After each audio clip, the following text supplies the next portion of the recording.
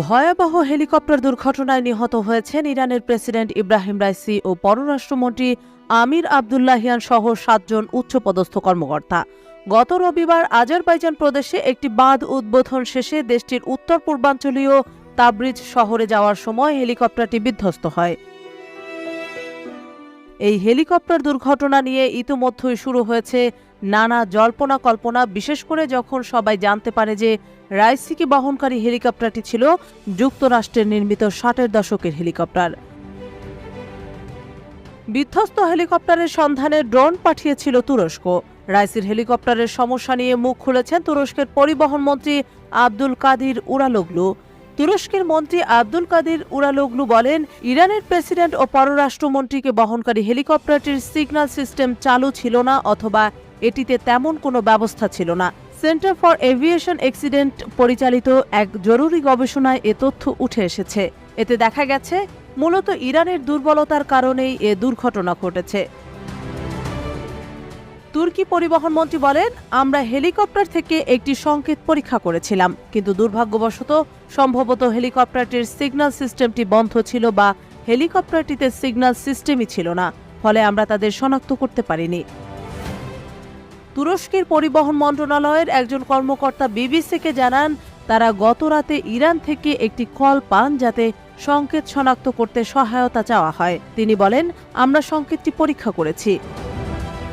তিনি আরও জানান, আমরা জানি না আসলে হেলিকপ্টারটিতে অত্যাধুনিক প্রযুক্তি ছিল না নাকি এটি বন্ধ রাখা হয়েছিল, তবে নিরাপত্তাজনিত কারণে হলেও এটি বন্ধ থাকার কথা নয়।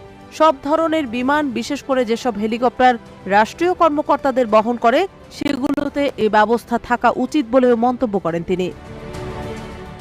এদিকে ইরানের সাবেক পররাষ্ট্রমন্ত্রী মোহাম্মদ জাওয়াদ জারিফ দেশটির রাষ্ট্রীয় টেলিভিশনকে দেওয়া এক সাক্ষাৎকারে হেলিকপ্টার বিধ্বস্তের জন্য মার্কিন নিষেধাজ্ঞাকে দায়ী করেছেন। তিনি বলেছেন, এই ট্র্যাজেডির অন্যতম প্রধান অপরাধী মার্কিন যুক্তরাষ্ট্র।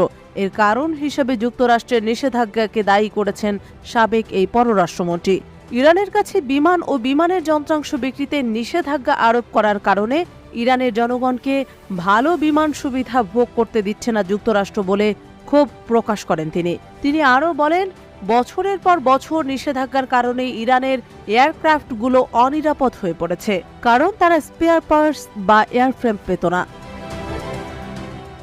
এদিকে ইরানের সামরিক বাহিনীর chief of staff Mohammad Bagheri helicopter বিধ্বস্তের কারণ অনুসন্ধানে তদন্তের নির্দেশ দিয়েছেন বলে দেশটির ISNA নিউজ এজেন্সি জানিয়েছে। প্রতিবেদনে বলা হয়, প্রেসিডেন্টের হেলিকপ্টার বিধ্বস্তের কারণ অনুসন্ধানে একটি উচ্চ পর্যায়ের কমিটিকে তদন্ত শুরু করার নির্দেশ দিয়েছেন বাঘেরি। হেলিকপ্টার বিধ্বস্ত হয়ে ইরানের প্রেসিডেন্ট ইব্রাহিম রাইসির মৃত্যুর পর দেশটির ভাইস প্রেসিডেন্ট মোহাম্মদ মোকবারকে ভারপ্রাপ্ত প্রেসিডেন্ট হিসেবে নাম ঘোষণা করেছেন দেশটির সর্বোচ্চ নেতা আয়াতুল্লাহ আলী খামেনি।